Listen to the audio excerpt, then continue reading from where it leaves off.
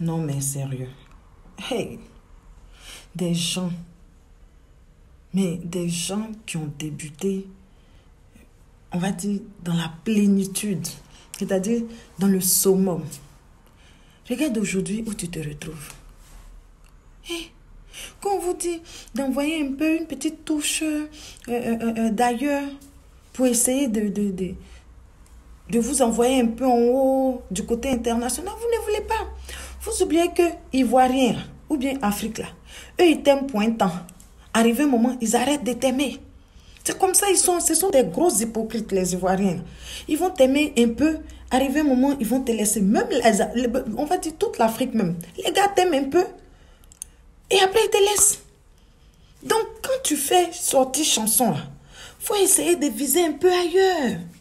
Hey, quand on va prendre exemple, vous allez vous plaindre. Quand on vous dit d'élargir vos champs de vision, c'est-à-dire, tu fais du zouglou, et tu élargis ça. C'est-à-dire, il faut que tu arrives à toucher d'autres personnes d'ailleurs, d'autres continents, soit les Occidentaux, les Américains, anyway. Touche un peu tout le monde. Mais non. Vous, dès que Ivoiriens ont commencé à danser, ouais, Zébétouo, c'est fini. Vous n'avez plus innové. Voilà les marabouts. Dès qu'ils ont chanté, j'ai eu l'argent, je n'ai pas su gérer. C'est fini. Ils n'ont pas cherché à innover, envoyer une petite touche un peu qui peut les propulser ailleurs, d'élargir leur champ de vision, c'est-à-dire d'élargir leur audimat. Mais voilà la fin. Vous êtes tombé, on est caleçon. C'est vieux caleçon. Vous êtes fini, on est fini d'ol. Vous n'avez plus poids. Tu vas te mettre là, passer Maître Gims à chanter votre chanson. Tu vas te mettre, tu es content. Tu es content de quoi? Lui, Maître Gims là, il a chanté ta chanson. Il est parti à Abidjan. Tu sais combien les gens ont déboursé pour qu'ils viennent? Tu sais pas. Ben, il allait s'asseoir dans ton maquis, tu es arrivé. Élargissez votre champ de vision, élargissez votre, on va dire votre audimat, élargissez les personnes qui vous... Franchement, essayez de toucher d'autres personnes. Envoyez une nouveauté. C'est important. Faut arrêter. Vous êtes fini. Il y a les marabouts, ils vont faire sortir quoi là? Je sais pas. Quoi là, mais quoi? C'est quoi tout ça là? Zéimaga, mais on dit trichez un peu sur votre frère Assalfo. Je m'en fous des gens qui vont dire que Assalfo est mauvais. Je m'en fous de ça. Quand il a commencé là, vous étiez les premiers à soulever vos gros doigts là pour le pointer. Pour lui dire que ça n'allait pas arriver quelque part. Aujourd'hui là, c'est arrivé où? Ça a dépassé même. Aujourd'hui là, ça a dépassé votre entendement. Donc trichez un peu. Dans la vie là, il n'y a pas de honte à tricher. Hein? Sérieux. Il n'y a aucune honte, pardon, à tricher ce que l'autre a fait. Je n'ai pas dit d'aller recopier tout ce qu'il a fait. Mais triche un peu. Essaie d'innover un peu. Envoyez de nouvelles chansons. On vous a vu la dernière fois à samedi. Vos chansons, vous avez fait sortir, c'est éteint comme ça. Fiou. Cherchez des bons managers qui vont vous relancer. J'espère que quand tu as chanté Maître Gims là, tu lui as demandé conseil. Et tu lui as posé la question de savoir un peu ce qui marche sur le marché international. Et j'espère qu'il t'a donné un peu les filots. Parce que sérieusement, vous êtes fini.